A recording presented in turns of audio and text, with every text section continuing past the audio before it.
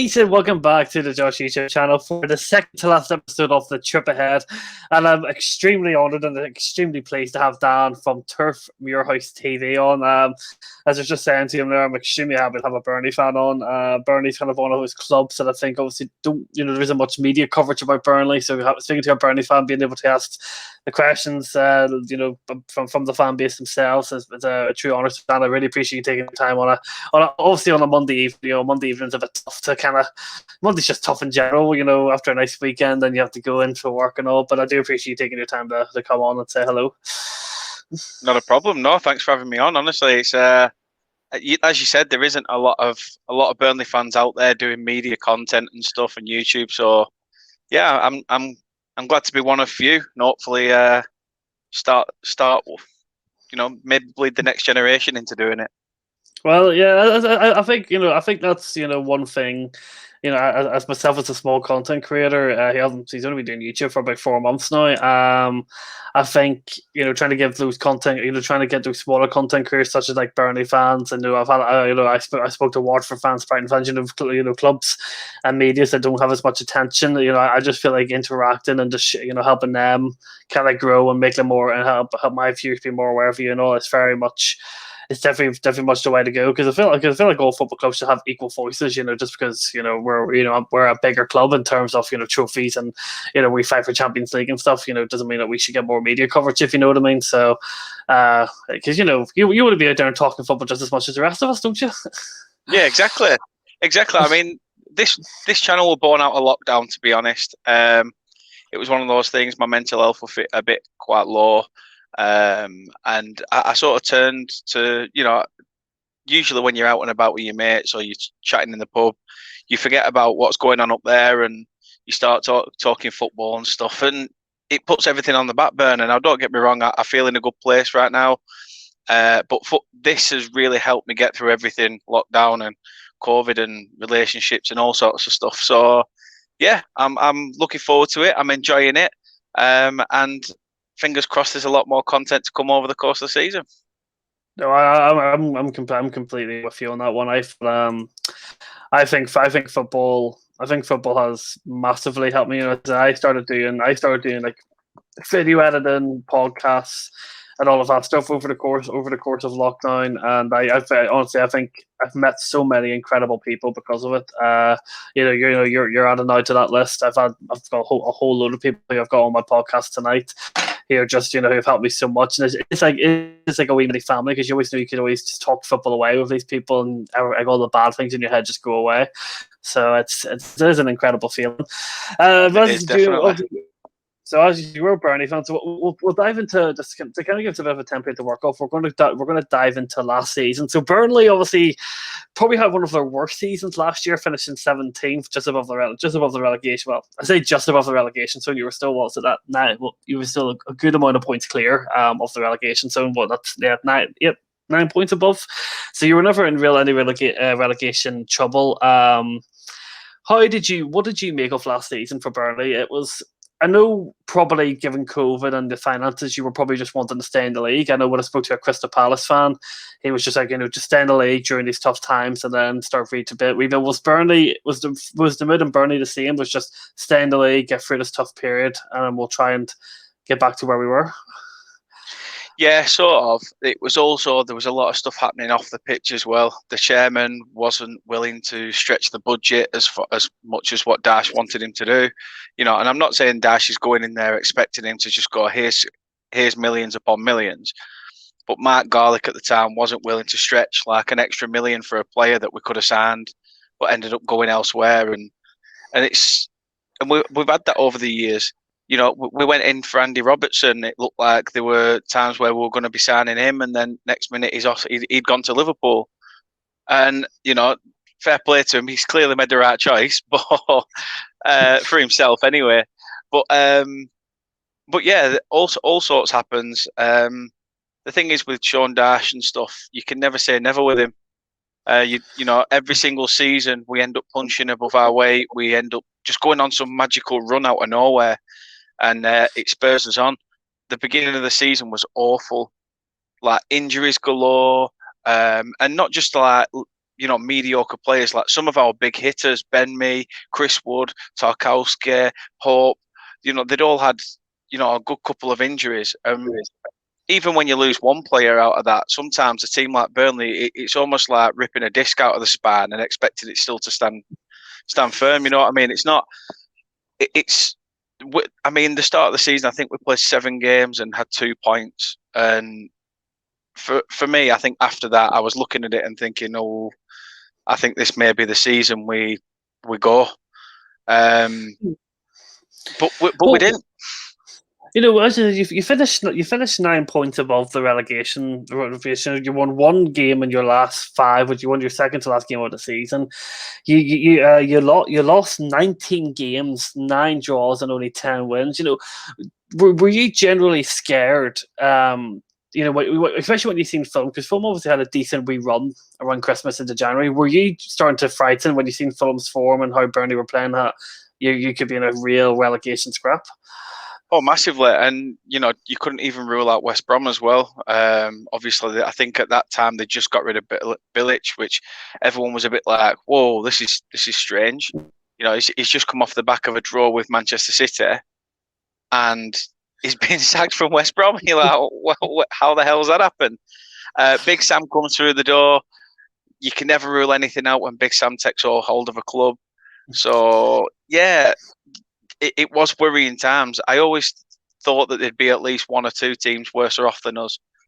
But that, as you say, from Christmas onwards, it was a constant worry. Are we going to hit form? Are we going to get these results? I mean, even at the dying ends of the season, I think we played Southampton away and we're 2-0 up. And I thought, oh, brilliant. Oh, my God, we're turning a corner. That's it. We're going to be safe. I don't need to keep worrying. And we ended up losing the game 3-2. And I was just... I watched it. I just remember feeling sick. It was really windy. It was a really windy day, wasn't it? Yeah, we started really well though. We did the opposite of what Burnley do, which is strange because usually we're quite a good defensive unit and can't score. But we sort of hit the ground running, and momentum took us from the first whistle. We got 2 early goals, and then our defence just went to pieces. So I thought, obviously, we had Newcastle at home next after that, and I thought, right, turning point. You've lost a 2-0 lead. Don't do it again. Sort of that might have been the kick up the arse that we needed. And then we went 1-0 up early through Vidra, and then second half, St. Maximin came on and just completely changed the game for Newcastle. We lost that 2-1, and again, it was just one of those where you started becoming a bit of a defeatist. And you started thinking, shit, we need points, and where are we going to get them? Because if that's the sort of form that we're in, where we're putting the ball in the back of the net, but we just can't keep hold of a lead, which, funnily enough, at the time, Fulham were also going through, because obviously they had a lot of games where they were getting the odd goal and then losing in the dying minutes. So yeah, it was good to see that other teams were faltering around us towards the back end. But as I say, after that Fulham and Wolves game, the 4-0 against Wolves, that came out of nowhere. Nobody expected that.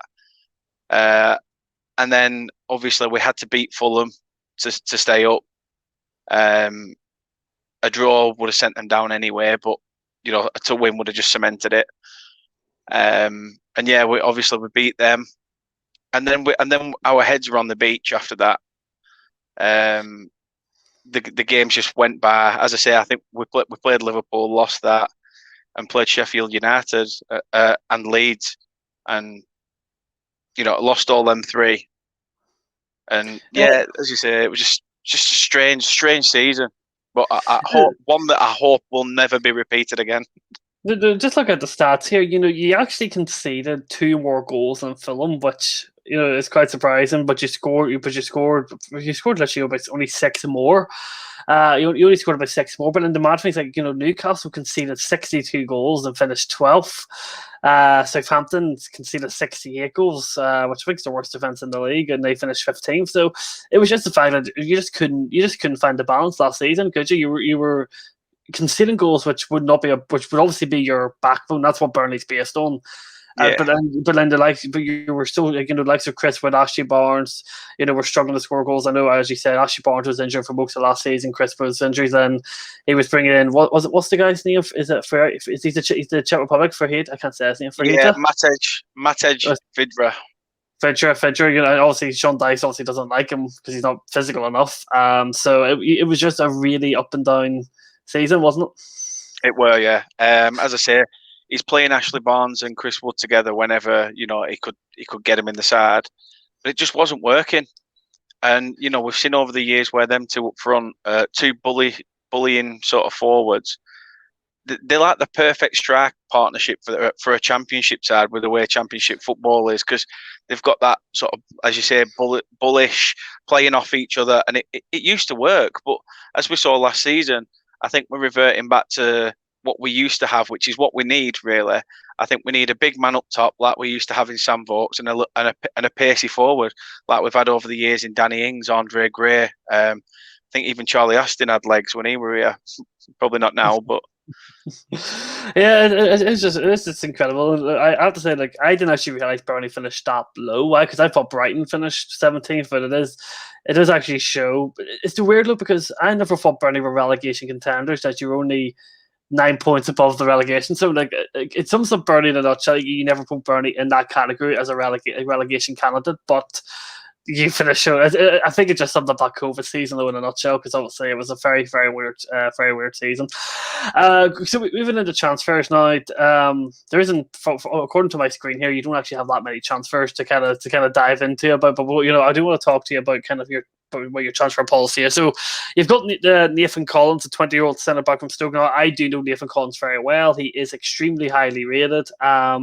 He probably is the definition of a Sean Dyche centre back. He's very physical. He loves to head balls away, and he does actually have a good kick on him. So this is probably a good sign. Is he going to be coming in? Because we know Sean Dyche is he's very reluctant to let new players come into the squad, as we which I've kind of learned, as it takes new players a lot of time to get into the squad. Do you think he would be contending of a starter at such a young age, or do you think he's coming in to warm the bench? I think obviously he's got to be one of those where he's been getting regular game time at Stoke. He's not going to come here and want to sit on the bench. But the fact that he signed him so young, he's obviously going to, Nathan Collins is going to push himself to try and get in there. Who's to say that we don't lose James Tarkowski yet? There's a slot going there basically, and you know what? I'm after seeing what Nathan Collins can do at Oldham on Saturday. He is a decent player. Did really, really well. As you say, he's got a good foot on him, so he can get the ball forward. Heading ability is top class. He managed to clear 2 or 3 corners, I think, in that game. But yeah, he looked solid. And as you say, the age is brilliant, because we're known for having a squad that's pretty much like a retirement home. So yeah, it's nice to have somebody with some youth in the system. And even if Tarky does go and Collins comes in, I have no doubts that Nathan Collins will turn into an absolute world beater, because every single centre back that has sat at the side of Ben Mee has turned into an England international. And obviously it's not English, but he's turned people into regular international footballers, and Ben Mee, an unsung hero in my eyes. See another one on a free transfer from a League Two side, Jacob Brady. Is he a first team player? Is he coming to play for the under 23s? Yeah, I think he'll just be under 23s. Sort of find his feet, maybe get a loan move out, just try and kick on his career, sort of thing. I can't see him being one of them that actually makes the first team or anything. And then the last transfer, Wayne Henderson, coming in, I'm guessing to be the second choice goalkeeper. Obviously, kind of links in because I'm Northern Irish, so I will ask you about Bailey Peacock Foll. Now, Wayne Henderson obviously was the first choice of Crystal Palace. He got replaced by Garhita, who's obviously probably one of the top 3 best goalkeepers in the Premier League. He's obviously extremely experienced. He's got a lot of international caps for the Welsh side. So obviously, to kind of, I'll ask you two questions to kind of link them in. Obviously, Nick Pope was obviously injured last season. If I'm not mistaken, he had surgery there during the summer. That's why he didn't go to Yeah, the Euros. So, yeah. and obviously, I know from reading, I always read the comments of lineups when they get released because he doesn't. I know Burnley fans had literally zero faith in Peacock Fowl, even when he started there in the friendly there. Your most recent friendly, people were like, "Oh, Peacock Fowl still a thing." So fans don't have a lot of Peacock Farrell. Don't particularly think he's a great shot stopper. So would you feel more comfortable with Henderson between the sticks if Nick Pope couldn't play? I think this Wayne Hennessy signing's up there with when we signed Joe Hart. Sort of, it was a strange one that you were still getting a decent keeper, but it's whether that decent keeper still has it in him to perform. How he's gone from how Joe Hart had gone from West Ham to Wolves to then being a third choice at Spurs, but then seems to be getting game time. I mean, it was strange, but for Hennessy, for me, I think he's still got a lot to give. I think he still wants to push to beat Will's record cap holder. I think that's something he wants to push for. So he'll be, I think he's got the credentials to push Pope on as well. 34, they usually say keepers in his peak around 34, 35. So our goalkeeping coach, Billy Mercer's worked wonders with goalkeepers over time. So who's to say we can't teach, an old dog new tricks? That's what about Billy Peacock Farrell? Because he was the starter at Leeds, but under obviously Bielsa. I think obviously we all kind of know, he's not Bielsa was a very very particular coach, and you have to do certain things. And he struggled. He did struggle. He ended up bringing in Real Madrid keeper Casilla. He benched Peacock Farrell, then Peacock Farrell went to you guys, which. I don't know about you, but it seemed like for a guy at such a young age who is potentially going to be the starting goalkeeper for his international team, with Michael McGovern not playing as much and Trevor Carson struggling at the moment with a lot of issues with physical issues. It was weird for us knowing our fans. We figured, why is he going to Burnley? Because he was the backup at the time. We still had Tom Heaton, so he was behind Nick Pope and Tom Heaton. Why is such a young goalkeeper? He was starting in the championship. He is at the moment his number one for his country, going to Burnley, which is always very competitive for goalkeepers. And in the times that he has played, he just hasn't impressed. He's kind of struggled for Burnley. I know he's made a fair few mistakes, and obviously Wayne Henderson coming in shows that Sean Dyche clearly doesn't particularly trust him. So did the Peacock Farrell? I know you probably didn't know too much about him at the time, but did it really make any logical? Now that you know more information about him, did it really make any logical sense to why he would want to be the third choice goalkeeper than the second choice? To be fair, I think obviously the season he came in, there were rumours that Heaton would go in anyway because Heaton wanted, he still wanted to be a number one. Obviously Pope had come in and had the season that he'd had, which was just brilliant. And it's almost like Peacock Farrell's come in and he's not got that sort of.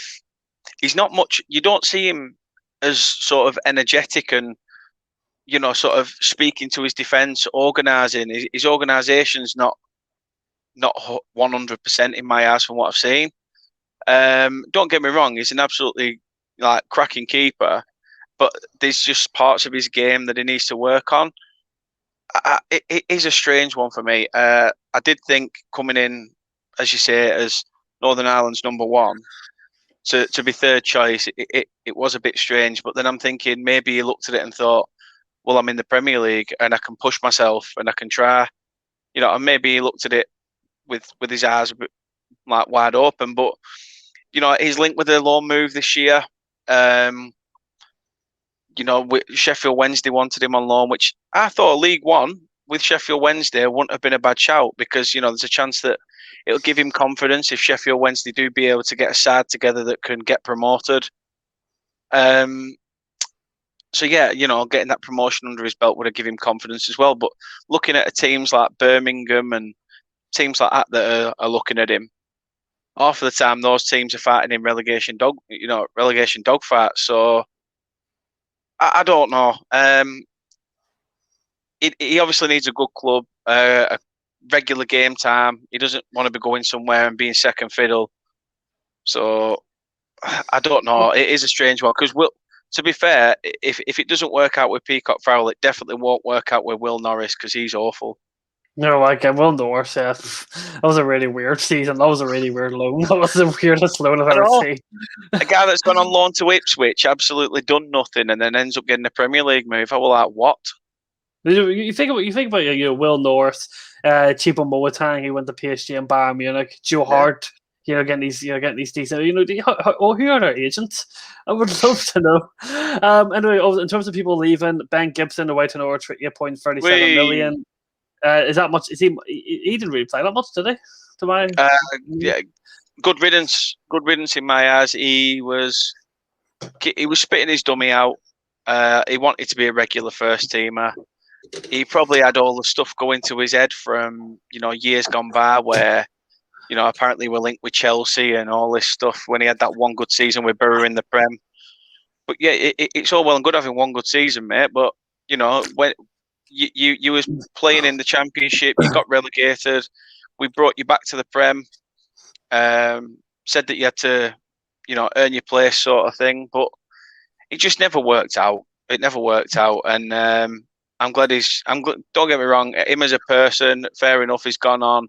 He's found a stable home at Norwich, but yeah, to recuperate some of the 15 million that we paid for him, yeah, recouping something was just better than having a player that was unhappy. maybe give you a bit of a smile feast for like an own goal or something to at Turf Moor just to give you guys a win. Robert Bradley, assuming he's left on expiration of his contract if he doesn't have a club. He did play a fair bit, but do you think maybe it was probably best for him to be moved on? Robbie Brady had glass ankles. He was injured week in, week out. He would be out for about a month or two, come back, play 20 minutes, and then the next breath, he's rolling around on the floor. His ankle's gone again. he was literally the sort of guy who would be in the army, saw the enemy, and would just drop, pretending he's hurt, so he didn't have to fight. That's the sort of thing it were looking like. He's a good player, though. He is a good player, and I think if he goes to the right club and they keep hold, they can keep him fit, then it'll work wonders. But it was strange because he was the first player to be released before all the when the list came out of released players. He was already released before the list came out. So for me, as a fan, it made me think we must be extremely confident of being able to replace him. And at the moment, we haven't. Before we just the last bit about transfers now, you were saying to me about to try and get this right because it was a complicated situation. So in the first season when COVID hit us and we were playing behind closed doors, now obviously one of the biggest issues was contract extensions. Because obviously the season ran over the 30th of June, which is obviously when contracts end if they're to expire. So clubs had to extend their contract, had to extend players' contracts by, like, for example, Ryan Fraser refused to play for Bournemouth again. He refused to extend his contract. Chelsea extended Willian and Pedro, who were leaving at the end of the season, just for that period. There was a whole issue with Burnley, wasn't there? Because a lot of players were not extending their contracts beyond that deadline date, and there was a lot of hatred towards the chairman because apparently the chairman was to blame for not being organised and prepared to have to extend these players on. Because I think Sean Dyche was having to name a ton of youth players on the bench, and he didn't even make. I think it was like 3 or 4 games in a row. Sean Dyche didn't make a sub because he didn't want to bring the players into, and he didn't want to bring the youth players into such a difficult, toxic situation. So, as a Burnley fan, like for Sean Dyche, he's done incredible things for you. We'll touch on your European adventure towards the end. How was it for you as a Burnley fan, knowing that your chairman in such a difficult period with COVID was literally not even given doing these contract extensions, doing this essential stuff, and putting Sean Dyche in such a difficult place on and off the pitch? It was really, really hard because there was people like Jeff Hendrick for a start. I mean, he was everybody's scapegoat sort of thing. Anyway, he was the sort of player he could mess up and everybody would blame him. I'm not being funny, but Pope could have messed up and Jeff Hendrick would have got the blame. It was that sort of scapegoat. But he's He's getting the same with Newcastle. Yeah, this is what I don't understand about that move. I mean, for one, he wasn't being played in his natural position, which is what he said. He said they made me promises on new contracts, which never came about. And when they did come about, it was too little, too late. I'd already had my head turned, sort of thing. And again, he left because he wanted to be a regular central midfielder. He didn't want to be playing out on the right wing all the time. And then goes to Newcastle, and he's played on the right wing for every single game for Newcastle. So, that was a strange one, because obviously you lose a key player in someone like that. But the off the field shenanigans between Dash and Mark Garlick at the time, again at the start of last season, you could see it on the pitch. As I say, we brought in Dale Stevens 4 years too late, and Will Norris. We spent 750k last season on a third choice goalkeeper and about a seventh choice midfielder, because 4 years ago we wanted Dale Stevens when Brighton were in the Championship, and he actually put in a transfer request and said, I want to leave. And Brighton said, no, listen, we'll get promoted and stuff. And then the season that they got promoted, after all the rigmarole of him saying, I still want to leave, at the end of the season, he came out on a video and said, we want you to stay. Burnley's a shit. And he actually sang this, and there's videos of it on YouTube and all sorts. And then he signs 4 years later when he's in his 30s, can't kick a ball for shit because he's awful. I mean, I just don't rate Dale Stevens at all. As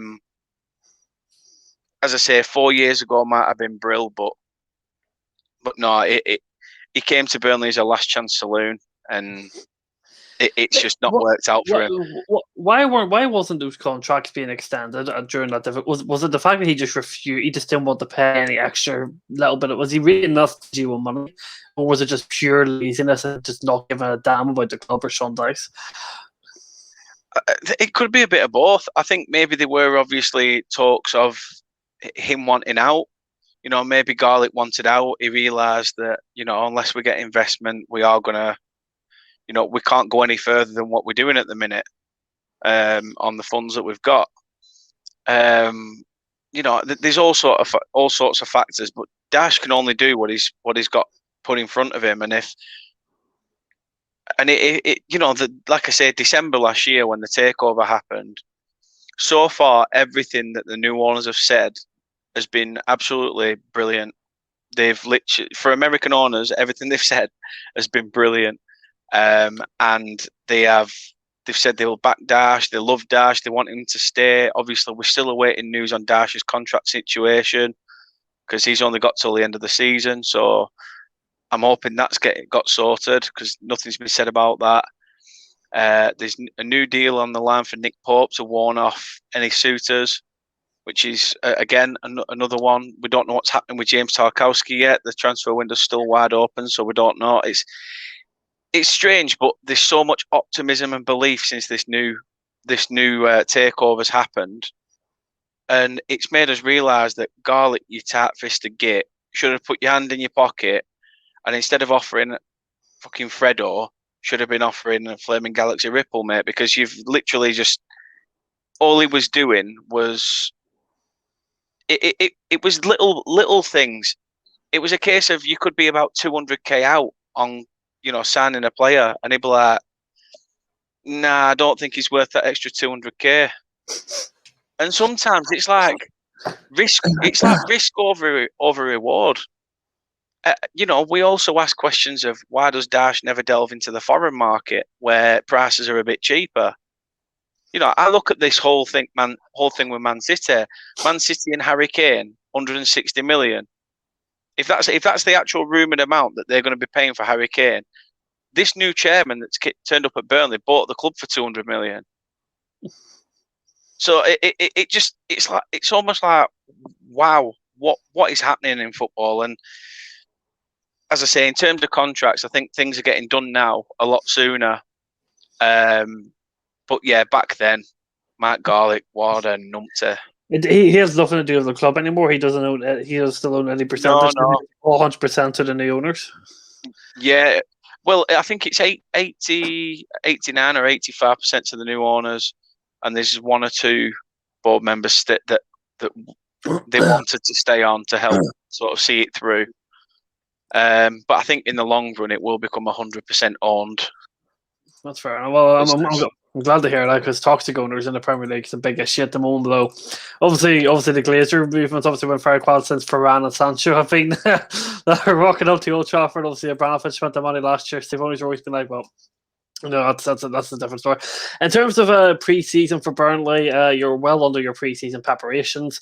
That's three wins from 3 games so far. You got a win against the League Two side, walking by 2-1. You've bet Stout. You bet Gary Neville, Stafford City 4-0, which I actually Derby actually lost to them in a friendly. I noticed the other day, and then you beat Oldham Athletic. No, I don't know if you've watched these friendlies or not. Yeah, I went to Oldham on Saturday, and you couldn't go to the other two because the other two were at the training ground.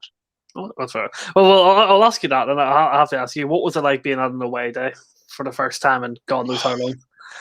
Brilliant, absolutely brilliant. I left the house at half 10 in the morning, and I didn't get home till 12:30 at night. Oh. I ended up just staying out. Made sure it were like a proper away day, even though it was just a bloody shitty Oldham. But yeah, it were a decent day. It were nice to see some sort of normality. I was second guessing myself walking to the stadium. Do I even remember any at Burnley songs? What's going on? Like, what do I do? You know, do I clap my hands with my left hand first or my right hand first? Just those little things. You think it just felt strange, even standing there. But then, you start watching the football, and next minute the players are coming over at the end of the game, and they're shaking hands with everybody. And you're saying to players, you're shaking hands and going, "Oh, we can do this now, can't we?" And it's weird. It's weird, but it was such an enjoyable day out. Even though first half we were awful, but second half we turned it on, and we could have easily won that by a lot more. As you know, I'm from Northern Ireland, so I don't go to Chelsea games. I go to my local, like Northern Ireland team, Glenavon, and obviously last season I did buy a season ticket for Glenavon, and I was able to go to like the first 3 or 4 games. And I actually remember the first game of the season last year was a Friday night, and we were playing our biggest rivals, Portadown. Your rivals are Blackburn. Am I? Yeah. So that's basically a Burnley Blackburn rivalry between us and Portadown, and we lost 4-0 to Portadown on the opening game of the season at home for the derby, and then the lockdown came in, and we were having to watch games online through streams, and then we were able to attend the final 2 games of the season, just as things starting to get better, and our government is currently discussing. To remove all the social distancing requirements for outside activities, meaning that basically, football can go back to normal. Home fans can be as much as there is, away fans can be allowed back in. So you can imagine me just staring at my phone, just waiting for the government to say no social distancing outside, and I can get back to every single home and away game like I was doing before COVID hit. So you can probably imagine how desperate I am for that. Definitely. I mean, I'm looking forward to Tuesday. I'm looking forward to tomorrow. We've got Blackpool away. As soon as I finish work at 4:00, I'm going. I'm taking my youngest daughter with me. She's coming to watch her first game of football. So hopefully she doesn't see Bloomfield Road and think that she likes Blackpool, because I hope not. But yeah, it'll be nice. It's going to be nice. Me, the missus, and the kids jump in the car, go over to Blackpool, grab some tea out, and watch Burnley win again. And the thing is that you touched upon it, upon YouTube, but also football, especially even like I remember last season. I remember I remember our season in Northern Ireland got cancelled. We didn't because all our clubs are part time. They couldn't play behind closed doors. Like they couldn't do the testing. They couldn't do things. Yeah, just so the amount of financial burden we had to deal with was incredible. So our season got cancelled, and I remember going to a pre-season game to a team in the championship called Dundell.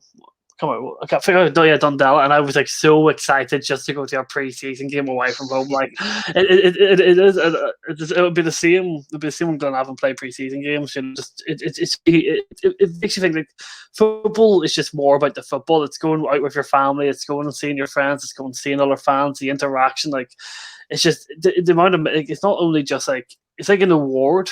You know, at the end of the week when you've had a tough week in work, it's the mental health aspect of it too. You know, it's more than just kicking the football and scoring goals. You know, and even the passion that you have and the hatred you have when you lose a game. You know, it's still that's just your life. It's party. You know, and it just didn't feel the same last season when you're having to watch from your sofa or your bedroom or something. It just wasn't the same. Exactly. I mean, if you're in a stadium and you're shouting off and everything else because you know everything's happening. You shout that because you completely forget that you sat in your front room, but you've got your eyes focused on the game, and you start shouting like you're on the game, and then all of a sudden you get clipped round the back of the head going, "Stop shouting, we've got kids." I'm like, "Oh yeah, sorry, I forgot where I were for a minute." That's the reality. In terms of these pre-season games, what's Sean Dyche been doing? Has he been playing a lot of kids? Has he been playing the senior players? Has it been a 45 minute split? How has he been running the pre-season games? The Oldham game was definitely a game of two halves. Changed the team completely. Obviously, we started with Peacock Foll in goal in the first half. Second half, we had Will Norris. Couple of, I know, and we did better in the second half. Would you believe? But yeah, we started with a lot of youth. I think our left back, our left midfielder. Because at the time we had Anthony Glennon, who's a left back playing on the left wing. We had Josh Benson in midfield. We used Bobby Thomas, who last season was on loan at Barrow.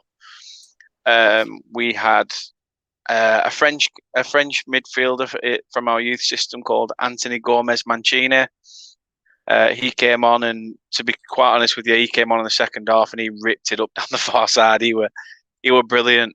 He definitely had that je ne sais quoi, so that was good. And yeah, it's interesting because there were a couple of youth players there that I think, you know what, could eventually become first team players. But you know, nobody knows what's going to happen in football. All it takes is one injury. All it takes is one downward spiral, and you can end up being a Joey Barton. That's a great way of putting it. So I think you've already touched on when you've got a friendly tomorrow night against Blackpool. Blackpool doing Blackpool have a really, really good preseason, really, really good squad. Going into the championship this year, and then Nottingham Forest. Do you expect them to probably play two? Because you'll have more players back from the Euros for this game, and then you'll probably have you will have everyone back for Nottingham Forest. Do you think Sean Dyche will then probably use pretty much the first team then for those two games to kind of really get them up to speed before the league opener against Brighton? Yeah, I think especially the Forest one you'd expect to see a lot more first teamers. The only downside to that Forest game is that no away fans can go. They're only having it as a home fans can visit, which is ridiculous. But you know, I don't make the rules. Nottingham Forest do in terms of friendlies. So yeah, we can't go to that. But definitely be at Blackpool tomorrow. Blackpool, I can see us experimenting like we did at Oldham. But yeah, Nottingham Forest will have a lot more first teamers. And then the final Burnley question is how you feel about the up and coming season. Now, the way I just touched upon Glenavon, there's one thing our manager Gary Hamilton and Sean Dyche will have very much in common, and this will make you laugh, okay? Because I said it about the Glenavon manager Gary Hamilton so much, and you'll say about Sean Dyche. Gary Hamilton will live and die by the 4-4-2. This guy, literally every single game of the season, Gary Hamilton pre-season, even if it's against the really bigger teams like the likes of Linfield, Glentoran, the bigger actually clubs compared to us, he will live and die by this 4-4-2. He lives and dies. And Sean Dyche is literally no different. He lives and dies by the 4-4-2. Definitely does. And obviously, as a Burnley fan, like I said, I hate playing Burnley. You will probably know you've had some memorable results against Chelsea. You know, our first game defending the title, and you came to Stamford Bridge and bet us. That game was just something else. I mean, that's the only half time I'll ever remember, because you're 3-0 up at half time, wondering what the hell to speak about. You're stood there going, "So did that just happen?" You came to Stamford Bridge when we were under Sarri. You drew with us, and you cost us top 4. I think you had 2 shots at target the whole game and scored. Now, obviously, people mock Burnley. Anti-football, Brexit ball, long ball FC. As Burnley fans, you think about the likes of Drew Mourinho got sacked at Spurs for his lack of attractive style. There's a lot of criticism for Spurs. Chelsea had a lot of criticism under Sarri for his unattractive style. Do Burnley complain about the style that Sean Dyche plays, or are you guys perfectly happy with the way you all set up? Some fans are unhappy with it. Yeah, I'd say that some fans are all like, "Why can't we have expansive football?" And I think towards the latter end of last season, you could see that we started to be on the front foot. We started. There were a lot more emphasis on going forward early in games, taking the ball by the horns and trying to. I forgot. There's a word beginning with M that I can't seem to get. That's coming to my mind, but we seem to be pushing forward quite a bit, which was strange because we used to see in sort of like a slow build-up play. But yeah, it's as I say though, people look at people like Sam Allardyce, going into these relegated sides and playing this long ball stuff, but it's old school. It's boring, but it works. It's a perfect way of putting it. It works. It's like this method to the madness. I mean, it comes to summer. Mark Bassett came home a legend with England, didn't he? We're playing 4-4-2. So why can't Sean Dyche and the Glenavon manager? The thing is, if I'm not mistaken, he did used to play a 4-5-1 against the larger team, but I think he played Spurs. I remember you played Spurs one day, and you were 3-0 down or something at half time. And then after that, he never played. He always just played a 4-4-2, no matter who you guys were playing. He obviously feels comfortable. Obviously, Diego Simeone, he's the master at the 4-4-2, but he is truly anti-football. He's worse than Sean Dyche, with how he uses it. But it's obviously a formation that is you got a historic win at Anfield, which was long overdue. You came close to being Liverpool at Anfield a few times. And the season before, we hit the crossbar in the dying minutes and could have took that game 2-1.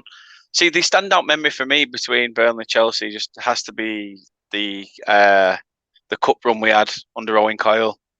Obviously there were a lot of drama around the game. Drogba scored. Somebody threw a coin. Drogba threw it back, and then Akinbaye out of nowhere just pops up, and then the penalties. And I thought, hold on, Wade Elliott missed, and then I thought, oh shit, that's it, we've given it away. But then Brian Jensen saving John Obi Mikel's penalty, and I just remember sort of like walking away from Stamford Bridge crying, I think.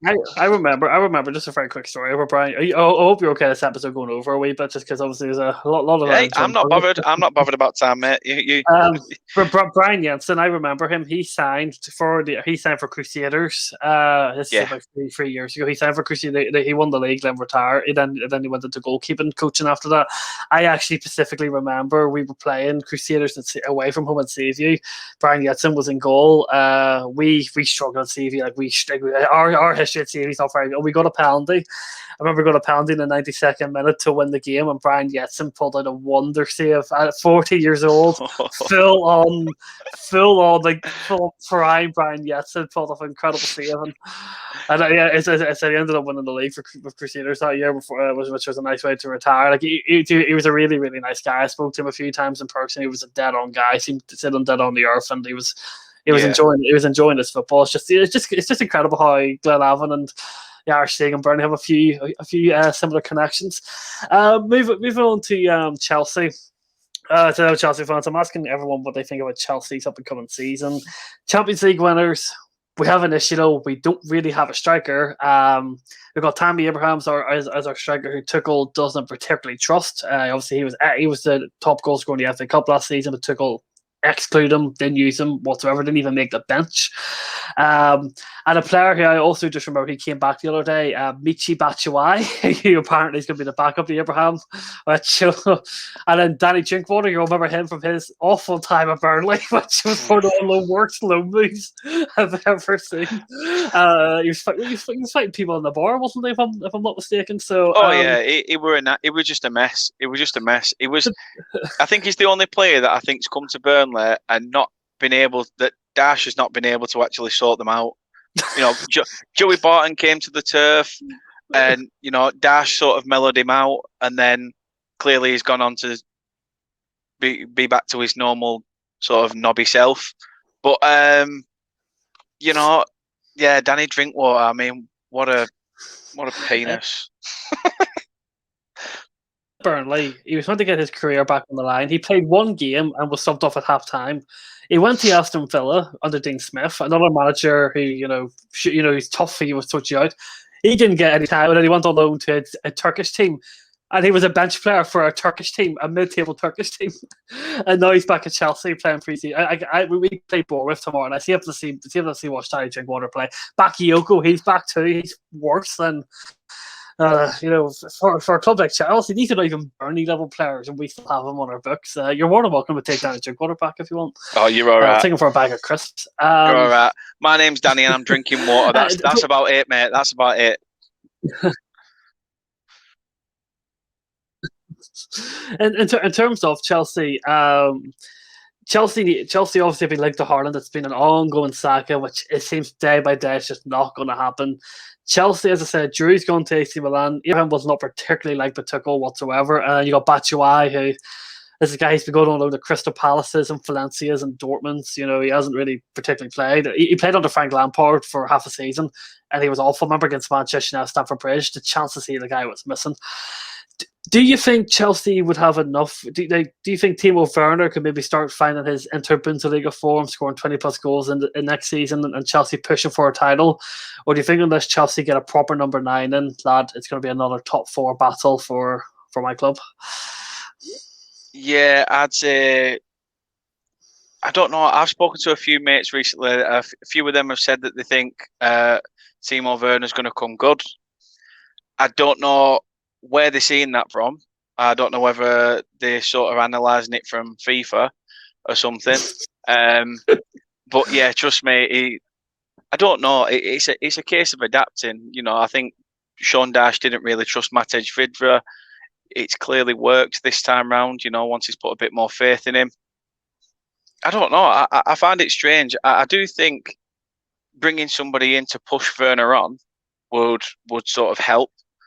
Because Abraham and Batshuayi aren't really going to, you know, send Werner onto, you know, big things unless Timo Werner wants to do it himself. But I'd say you need another decent player in. You've definitely got the money to do it. Whether it's Haaland, who's to say? He's a name on everybody's books.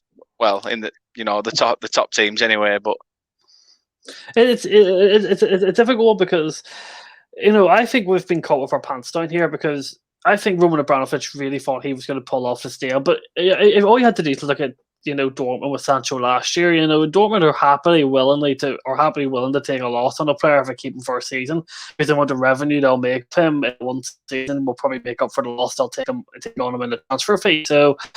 Because Dortmund were happy to lose what's like 50 million for Sancho this year. They were happy to do it, and I don't see the difference with Ireland. I think Chelsea are very unprepared for what the backups are to be because we try to go for Lukaku, he's untouchable. we're not talking about getting Lewandowski, which is just very out of the blue, and there's no logical sense for me to see that happen. So I just feel like we've been kind of caught with our pants, and we're playing a bit of a risky game because you're asking Ferner, who struggled last year to score 20+ goals. You're asking Abraham, who's not particularly like Peacock, to put that behind him and to put the pressure on him. Kai Havertz, you're asking Kai Havertz. It's just like it will either be a blessing in disguise, and these players all come good, and Chelsea have a title challenge. But if Ferner struggles more than he did last season, you worry about where Chelsea's goals come from, and you kind of feel bad for Tuchel because it's not really Tuchel's fault because he wants to strike in, but it's not really, he's not the one he can go and talk to Dortmund and pay the money. So it's literally a gamble. I think that's probably the best way to put it. Yeah, massively. As you say, a number 9's probably needed. I think the only positive you've got for Chelsea really is the fact that Mount will be coming back. Mount's had a brilliant European tournament. If he can keep that sort of momentum going, fantastic, brilliant. So I don't know. I think Chelsea have got the makings of a title-winning side. It's just whether they can keep themselves digging deep, game in, game out, and as you say, the return of fans should help. But I think one or two signings is definitely needed. It's just a striker is most definitely needed because I said Thomas Tuchel's got the right system. He's got the incredible tactical knowledge. To win the Champions League in the way he did last season, it wasn't. We literally won every single game deservedly. We weren't lucky in any game, so. It shows that he's the right man, but he just fear because goals under Tuchel was an issue last season, especially in the Premier League, and you were over 30 a game season. It could be bad. For example, Ferdinand Havertz could turn into their Bundesliga themselves. Batshuayi may score 20+ goals for him. Danny Drinkwater might even get a chance. It's football. It's football. You never know. My final question to you. This is a prize question. Again, I've been asking everyone this. Everyone is extremely caught off by it. Who do you think will be sacked first next season?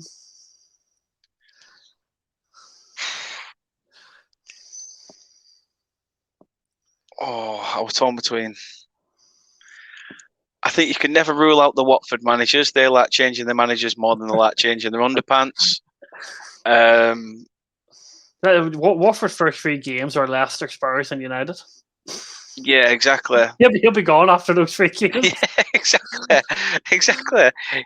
He'll be warming up for the second game of the season and just get told, right, pack your bags, mate. And then they'll probably end up bringing bloody Zola back or something stupid. That Nigel Pearson sacking, that I don't think Watford fans will ever be forgiven. No. That was the worst sacking at the worst possible time ever. The thing is, it's also another thing of obviously Watford could have had something with Dash as well, but obviously the Pozzo family came in. They wanted somebody with a bit more of a managerial background, so they kicked Dash to the curb. But this is a bloke at Watford that had literally started off as a youth team coach, player youth team coach, second team manager, worked his way up through Watford's sort of staff roles to the first team after Malky Mackay left, and then all of a sudden Pozzo buy in and replace him with Zola. And I was skeptical when Dash came to me because I was like, oh, really? Like, this guy hadn't had much to do, but you always question who you bring in, to be fair. But yeah, sacked first. I'm going to go for Watford manager. I'm either torn between the Watford manager or Patrick Vieira. Patrick Vieira has a massive rebuild on his hands. Probably another one, Hassan, who told from Southampton. If Southampton start next season as the end of it, he has to be signed. I know Southampton. Oh yeah, if they lose Danny Ings, and or lose Ward-Prowse before the transfer window's out.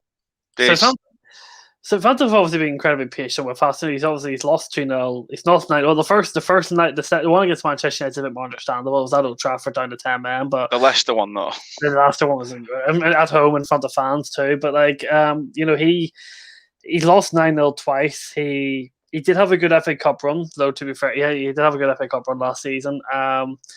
They kind of scarily towards the end of the relegation zone. There weren't too much places higher than you. Yeah. So if they start the next season as they ended last one, you know, he's probably a good contender to be sacked quite early. But this is amazing bit about football season. No, for 3 weeks until the season begins, which is incredible. Time's just I can't wait. Just have you? Just a very last question. Have you been watching the Olympics, like the football in the Olympics? Because I do not realize how dire football was in the Olympics. Like it's like non-league quality. Like the defending I've seen. You had Saudi Arabia keeping up with Germany and South Africa drawing with Brazil and all this. I thought I was going to go, here's some football we can watch until the season. I'd be better off watching pre-season friendlies rather than those competitive Olympic games. They're so bad. I can't say I've watched any of them. Obviously, from Burnley. Well, yeah, I mean, but from Burnley's perspective, obviously Chris Wood's gone with New Zealand in the Olympics, so we've got a Burnley representative in there. So we've been keeping an eye on Chris Wood's sort of development. But yeah, even they lost 3-2 the other day. I think they went 1-0 up, then 1-1, then they went 2-1 up. Chris Wood had got them both, and then they ended up losing 3-2 to Honduras or something like that. It was just.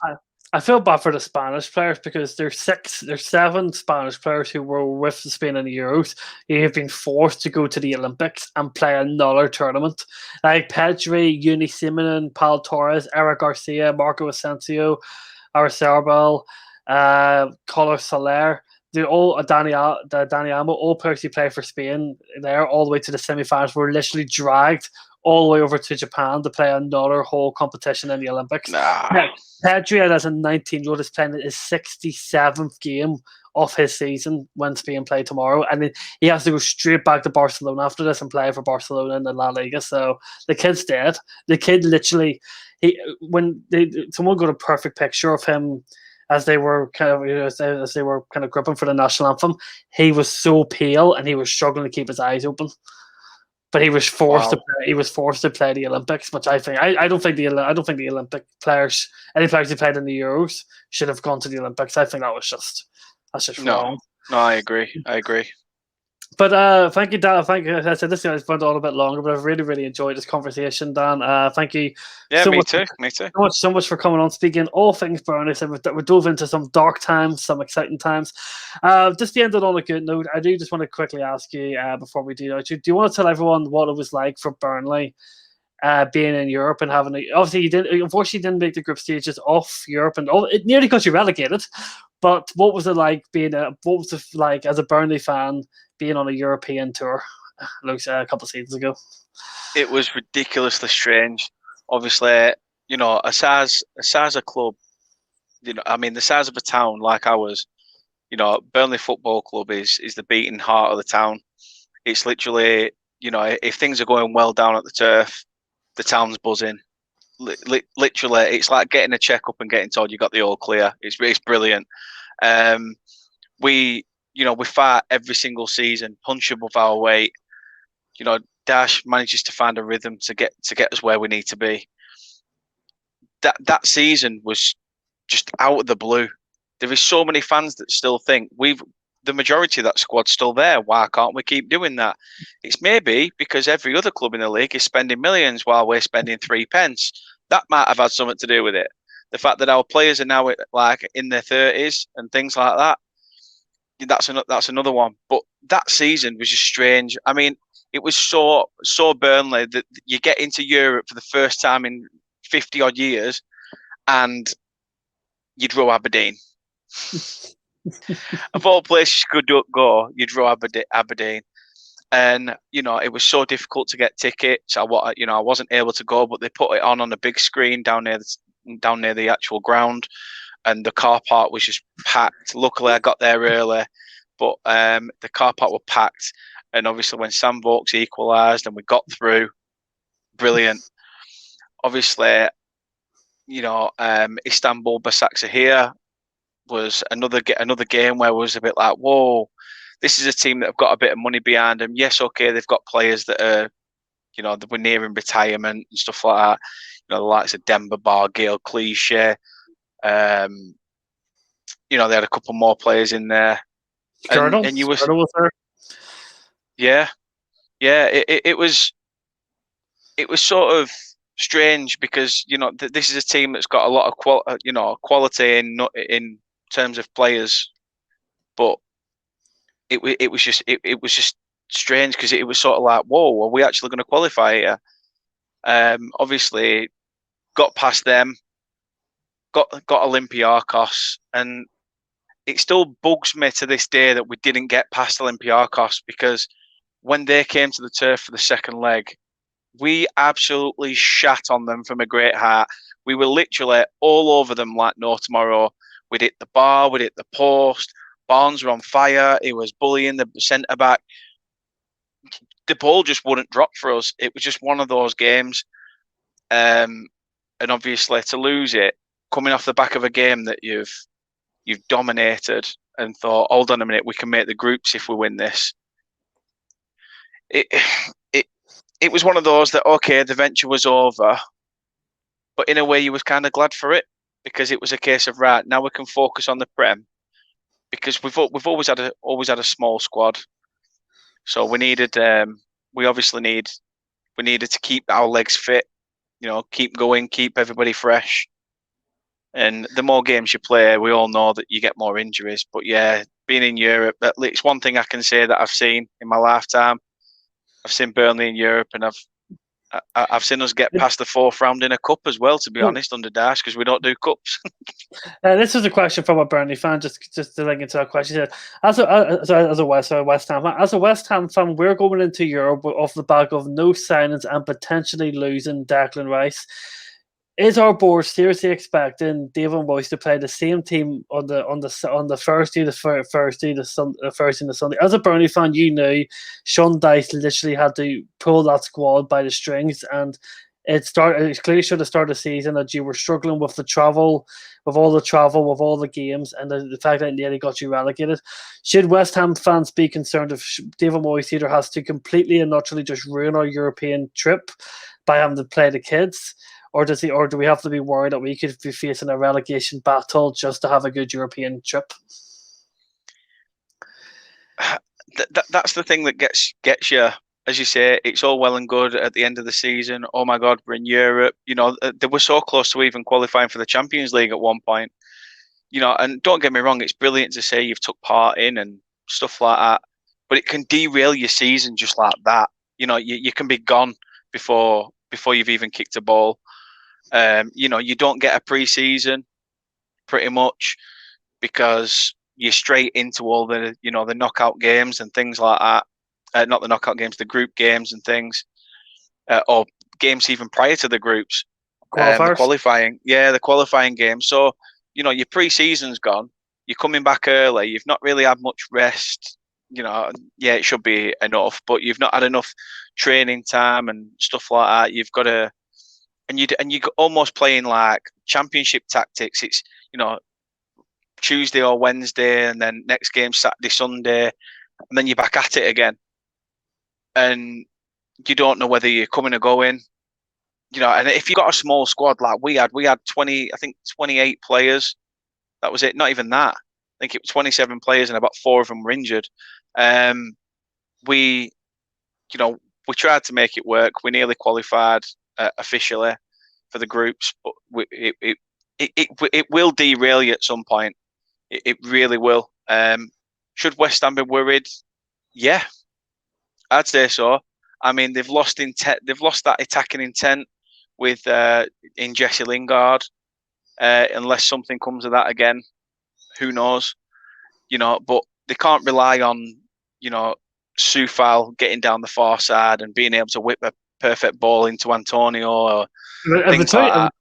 Antonio scored a hat-trick against Celtic there in a pre-season game a few days ago. Yeah. If he gets injured, West Ham are in serious trouble. Definitely. They should be keeping hold of Declan Rice. They've qualified for a European tournament. Declan Rice should be turning around and saying, being a West End lad, should literally just be saying, right, well, I want to play in a European tournament for the club that I love. I can understand if they'd not qualified for anything and he wanted to move, but they've qualified for something. So why would he not stay? Yeah, That's a very good point. To be fair, but because he has turned down a big contract offers from West Ham, you feel like going into a European scene. But there's a lot of doom and gloom around West Ham at the moment. They've made no signings. People are going out the door. David Moyes has got a very thin squad to work with, and as you say, he either has to play the kids in Europe and just unfortunately just not have the European. Europe League may be easy, but still even asking the kids to go out and win those games. It's a difficult task.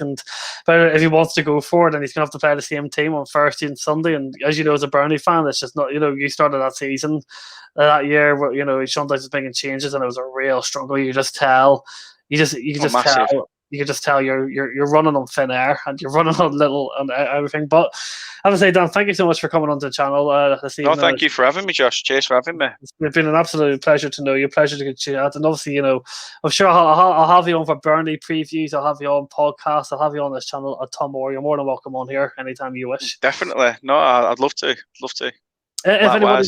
If anybody's interested in taking Dan's out, his socials of YouTube and Twitter will be in the description below. Make sure to go and subscribe to the best Burnley content you can possibly find on YouTube.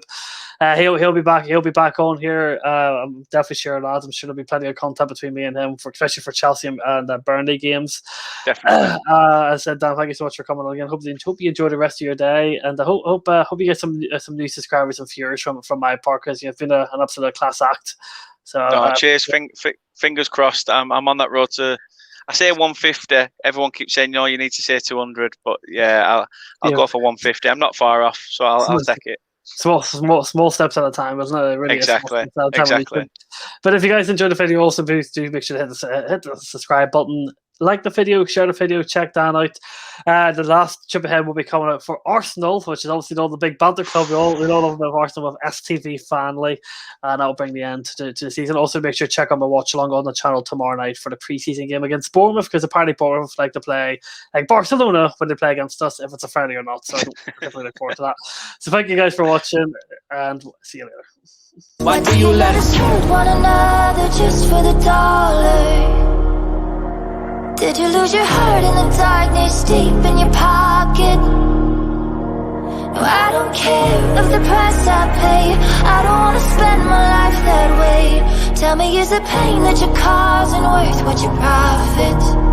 Yeah, I know that money don't buy happiness, but buys you more material shit. Been reworking how I think and what it means to be rich. I used to think it meant to flex, so Rolex on my wrist. Feels bad to take more than you give. Lately hate how we live. I never want to become the things that I hate. With a man in the mirror with laugh and spit in my face and tell me that the money is maybe another fake. I've been drowning in my mind and my money's been adding weight. Oh Lord, please save me. I should've known that something man-made couldn't make me. I say I'm making music, or is music what creates me? I never have an answer, same question every day. See, when we pass on, all our things are passed on to the next. Everything we didn't do is everything we regret. Every day we fucking work for this worthless check. If you're not happy, you're forever in debt. You're forever in debt.